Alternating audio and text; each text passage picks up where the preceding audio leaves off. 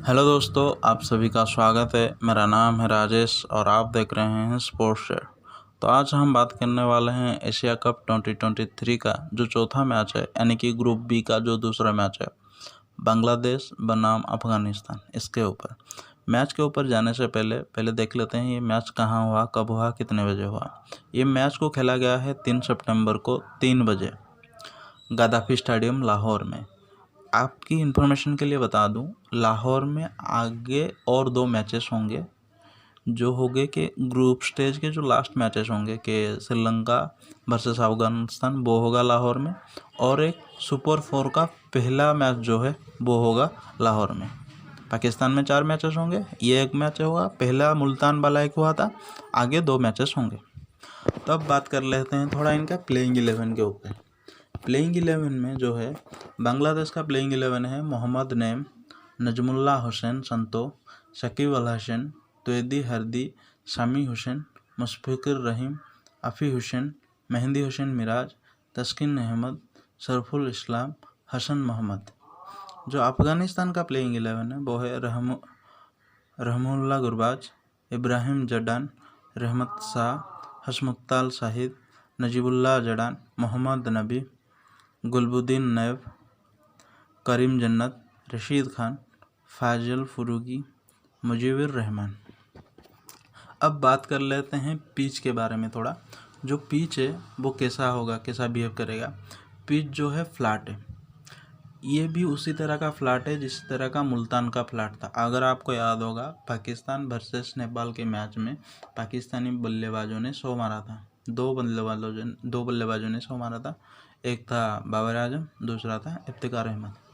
और ये लोग इसी लिए ही 100 मारे कि वो पिच ही बैटिंग के लिए सपोर्टेड था। इस पिच भी इस तरह का होगा, बैटिंग को सपोर्ट करेगा और बॉलर में से स्पेस को सपोर्ट करेगा, जो ज़्यादा तेज़ फेंकेगा उसको। ये आपके ऊपर है, आप किस तरह से बैटिंग करते हो, क्योंकि ऑब्वियसली ये अगर पॉजिटिव किसी के लिए है तो बैटिंग ऑर्डर के लिए ही पॉजिटिव होगा। तो बात कर लेते हैं मैच के ऊपर। मैच शुरू होता है, टॉस जो होता है वो बांग्लादेश जीता है और लेता है, चूज़ करता है बैटिंग। और जो बांग्लादेश के तरफ से बैटिंग करने उतरते हैं वो हैं मोहम्मद नईम और मेहंदी हसन मिराज। अगर आपको याद होगा, मैंने कहा था पिछले ही इसके मैच में कि जो लिटन दास है उनका एक बंदा, वो इलनेस के चलते इस टूर्नामेंट का हिस्सा नहीं बन सका। उसके बदले आया था तौहीदी हरदी, जो आज भी डक आउट हुआ। अगर आप देखोगे मोहम्मद नईम और मेहंदी हसन मिराज में, मोहम्मद नईम बोल्ड हो गया मुजीबुल के बॉल में, लेकिन मोहम्मद हसन मिराज ये बंदा टिका रहा। पिछले मैच में इस बंदे ने रन आउट हुआ था अपने ही गलती के चक्कर में, लेकिन इस टाइम इस बंदे ने फोकस किया और लगातार रहा।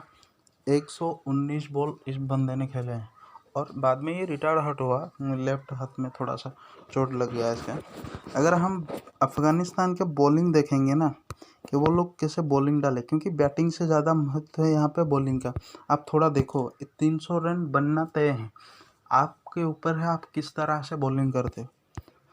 बॉलिंग में हम देखते हैं जो इनका पहला विकेट गिरता है वो होता है 9.6 ओवर में 60 रन में मोहम्मद नईम का। जब मैंने कहा अभी गुरबाज जो है उनका, मुजीबुर रहमान जो है उनका बॉलर, जो विकेट लेता है, बॉल लेता है मोहम्मद नईम को 9.6 ओवर में। उसके बाद दूसरा विकेट वही बंदा जो डक आउट हुआ, तौहीदी हरदी 10.3 ओवर पे, यानी कि 3 बॉल में ही 2 बॉल उस बंदे ने खेला, एक बंदे ने अगले वाले ने एक बॉल खेल दिया, वो आउट हुआ। जो तीसरा विकेट इनका निकलता है वो निकलता है 44.3 ओवर में। मतलब 10 ओवर से लेके 44.3 ओवर तक 2 बंदे बैटिंग करते रहे। एक था कौन? एक था मेहंदी हसन मिराज, दूसरा था संतो पिछले मैच में भी अच्छी बैटिंग किया था उस बंदे ने। मेहंदी हसन मिराज बैटिंग कर नहीं पाया था रन आउट के चक्कर में, लेकिन इस बार इन दोनों बंदों ने अपने ऊपर जिम्मा लिया और मैच को पहुंचा दिया 300 के पार। अगर आप देखोगे ना, इन्हीं लोगों ने पहुंचाया, बाकी के तो बस घाव पे नमक छिड़कने वाले काम किए थे। इन दोनों ने असल में, देखो यार, 300 रन पे 300 ना आप तभी बना सकते हो जब आपका एक स्ट्रॉन्ग पार्टनरशिप बनता है। बीच में से आपका एक स्ट्रॉन्ग पार्टनरशिप बनेगा ना, लास्ट में आप उखाड़ दोगे। और यही हुआ इनके साथ। इन लोगों ने एक स्ट्रॉन्ग पार्टनरशिप बनाया, 105 बॉल पे 104, 119 बॉल पे 112। मैं तो कहता हूँ मेहंदी हसन मिराज और ठोकता। उसमें प्रॉब्लम ये आ गया कि वो रिटायर्ड हट हो गया, वरना वो और लेता गेम को। आप देखोगे वो आउट नहीं हुआ है, वो रिटायर्ड आउट हुआ है। हालांकि ये भी एक तरह का आउट ही है, लेकिन फिर भी अगर ये बंदा टिक के रहता तो और स्कोर चला सकता था। उसके बाद आते हैं उनके जो संतो, मैंने कहा जो विकेट गिरता है उनका गिरता है 44.3 ओवर पे गिरता है संतो का विकेट। 63 पे उनका 2 था, 63 रन पे 2 विकेट था इनका बांग्लादेश का। लेकिन 44 ओवर आते आते 278 में 3 विकेट गिरते हैं। उसके बाद थोड़े 2 ओवर 3 ओवर में एक विकेट गिरता रहा। वो इतना मायने नहीं रखता, क्योंकि मैं अब बताऊंगा, क्योंकि जिस तरह का माइंडसेट उस सिचुएशन में था, उन्हीं बंदों ने उस तरह का बिहेव किया। उनका एक कीपर है जिसका नाम है मुशफिकुर रहीम। उस बंदे ने आया 15 रन पे 25 और रन आउट हुआ उस बंदा। अगर उसका भी आप स्ट्राइक रेट देखोगे 166 है और सही अप्रोच है। 44 ओवर हो चुके हैं, 44 ओवर आधा हो चुका है, 44 ओवर 3 बॉल हो चुके हैं ना। अब बचे कितने? 5 ओवर 3 बॉल। 5 ओवर 3 बॉल पे आपका रूल कहता है आप घुमा के खेलोगे। जितना 5 ओवर 3 बॉल यानी कि 33 बॉल पे आप कितना रन कलेक्ट कर सकते हो। 33 बॉल पे मोहम्मद रहीम 15 बॉल खेलता है, 33 बॉलों में से ठोकता है 25।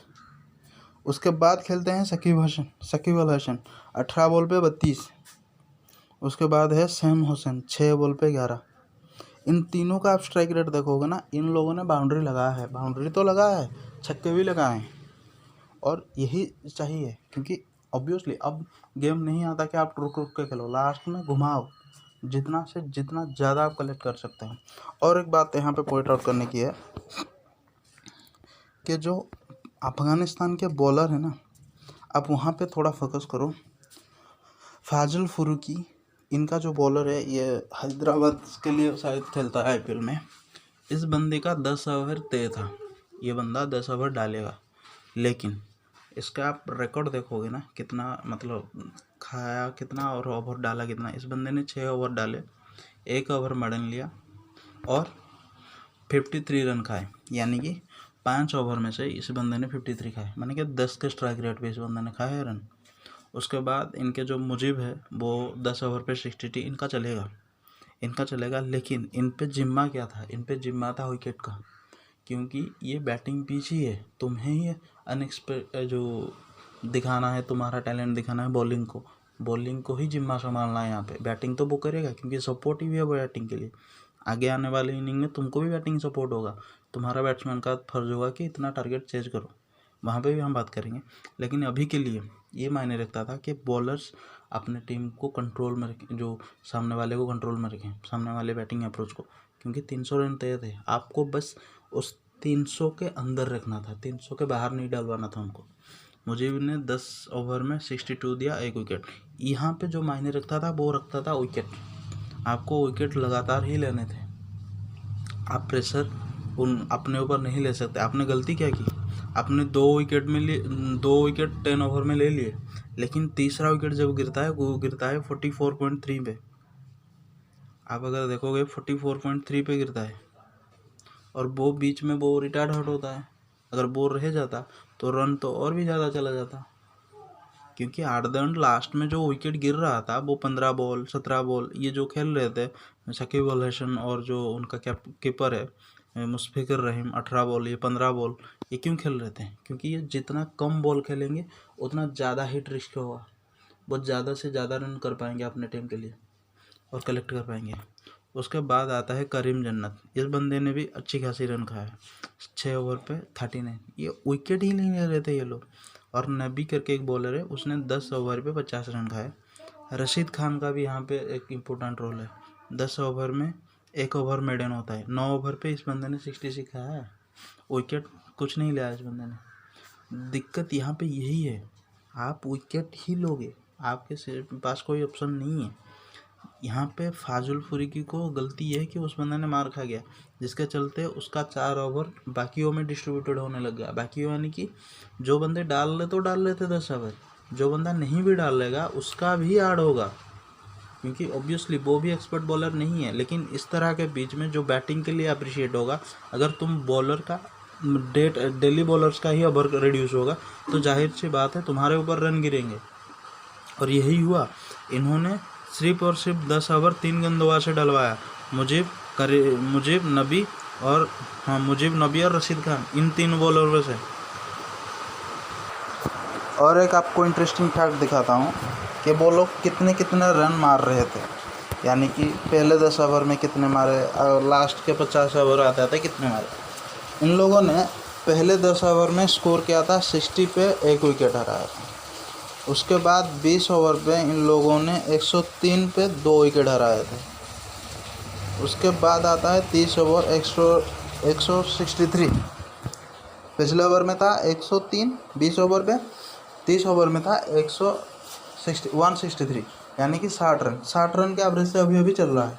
20 रन तब भी पीछे हैं, अगर आप देखोगे तो 20 रन तब भी पीछे हैं, क्योंकि 10 ओवर पे 60 था, 20 ओवर पे 103, थोड़ा सा रन कमा, यहाँ पे 17 रन कम चुका है। 30 ओवर पे आते आते वही 17 रन कंटिन्यू रहता है और 163 रन होता है, 30 ओवर में 163।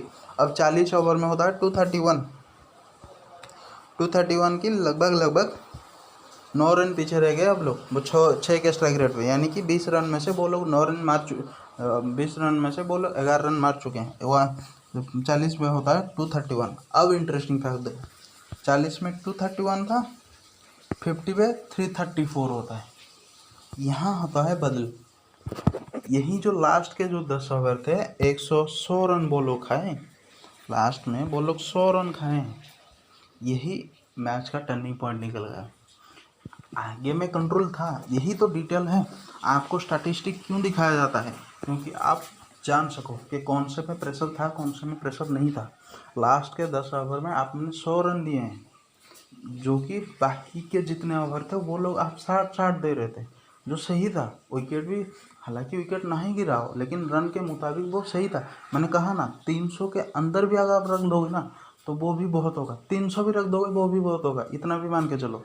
300 से अगर 1 रन भी ज़्यादा हो गया ना तो वो आपके लिए खतरा होगा, खतरा ही होगा। 300 या 300 के अंदर, वही, और कोई जीतने का फॉर्मूला है ही नहीं, क्योंकि एट दी एंड तुम्हारा बैट्समैन इतने कैपेबल नहीं, इंटरनेशनल बैट्समैन की नहीं करते, जिसके चलते वो इतना कवर अप करेंगे। आप आगे इनिंग्स में देखोगे वो लोग कैसे फ्लॉप हुए। ठीक है, अब बात करते हैं सेकंड इनिंग के बारे में। टारगेट होता है 335, 50 ओवर में 335, कोई बारिश नहीं, कोई कुछ भी नहीं, यानी कि मैच कोई रिड्यूस नहीं होगा, मैच वही चलेगा। 50 ओवर, पिच का बिहेव सेम, बैटिंग के लिए अप्रोच और बॉलिंग तेज गेंदबाज के लिए सपोर्टिव होगा। अब वो लोग आते हैं बैटिंग करने। जब वो लोग बैटिंग करने आते हैं, वो पहले 10 ओवर में लगाते हैं 37 पे 1।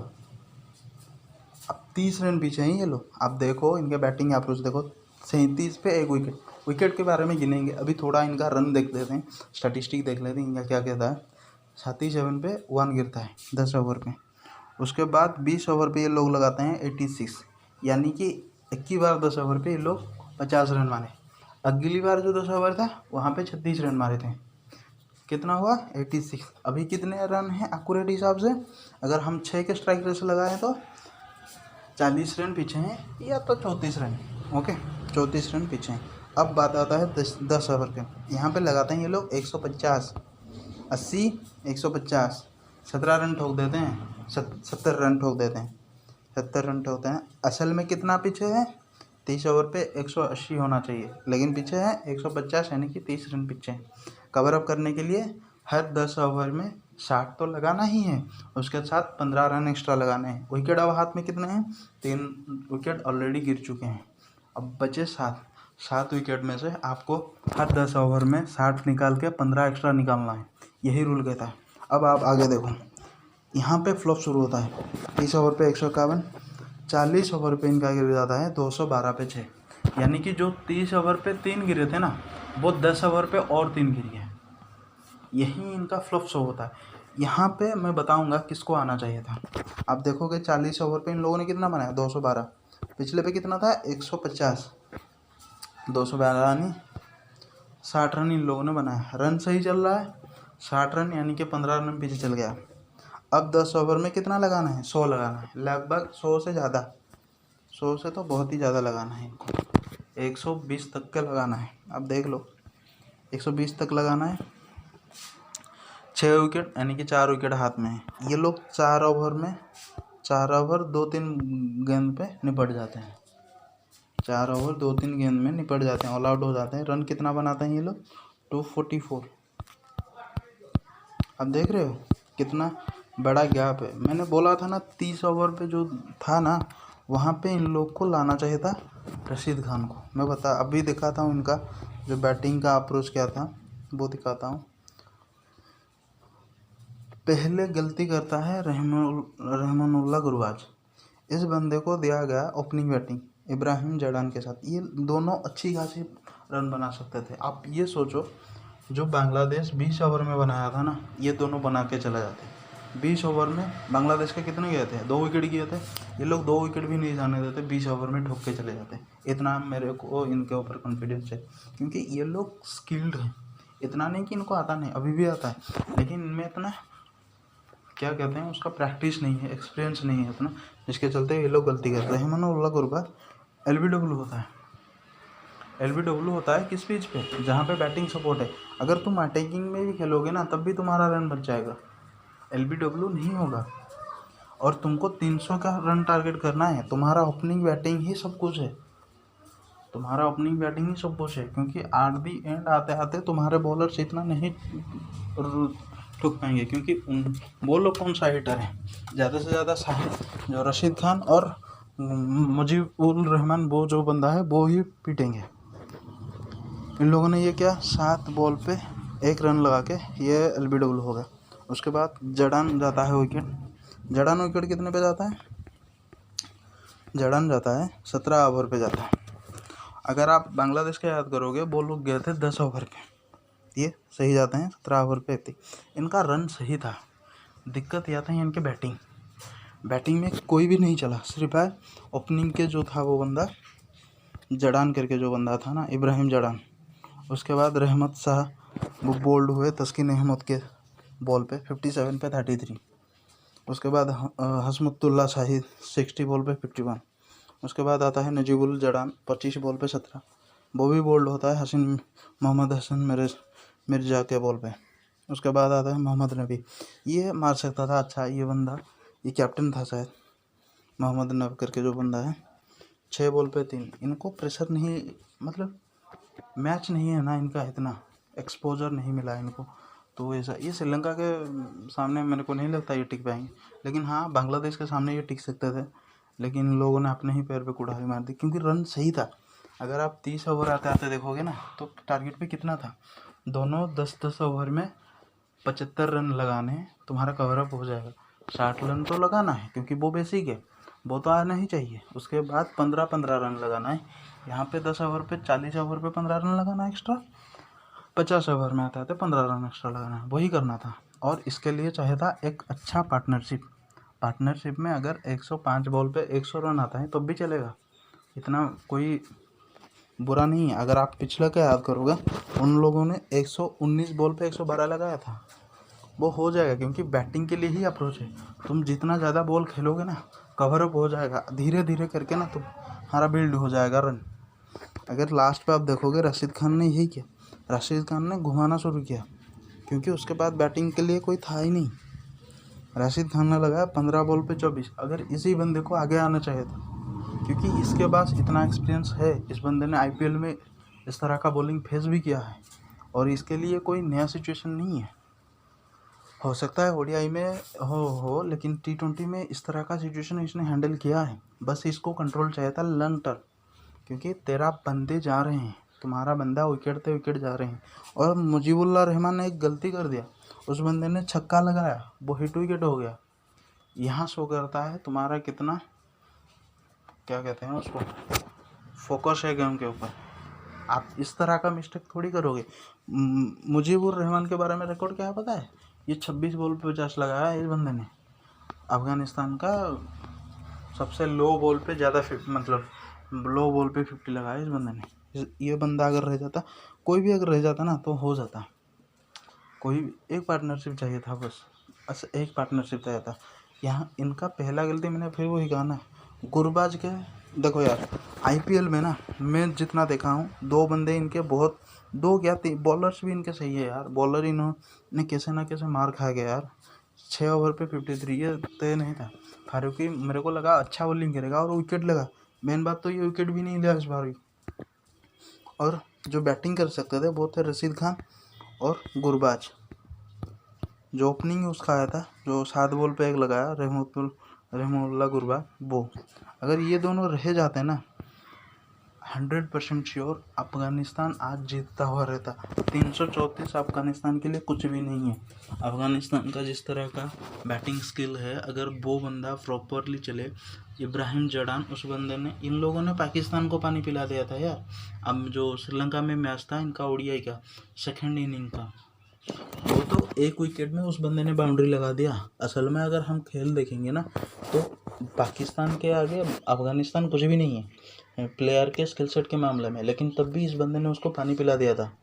तो यहाँ पे भी वो लोग कर सकते थे, बस दिक्कत था प्रॉपर प्लानिंग, और ये प्लानिंग कैप्टन करेगा और कोई नहीं करेगा। लेकिन क्यों पता नहीं, ये लोग अच्छे से प्लानिंग करके नहीं आए थे। लेकिन हाँ, मुझे लगता है ये लोग शायद नहीं जा पाएंगे ग्रुप स्टेज में, क्योंकि श्रीलंका के खिलाफ ये लोग हो सकता है अगर अच्छे से बैटिंग करें हो जाएगा, क्योंकि इनका मैच लाहौर में है और बैटिंग के लिए ही होगा। लेकिन श्रीलंका के पास जो है वो स्पिन उनका तगड़ा है, बहुत ही तगड़ा है। अगर आप देखोगे अगली बार जब श्रीलंका में मैच था, ये लोग स्पिन के चलते बांग्लादेश को हिलने नहीं दिए, और इनका भी यही हाल हो सकता है। स्पिन इनके बहुत कंट्रोलों में हो जाएगा। तो सही है, फिर आज के लिए इतना ही। थैंक यू आप सबको वीडियो देखने के लिए।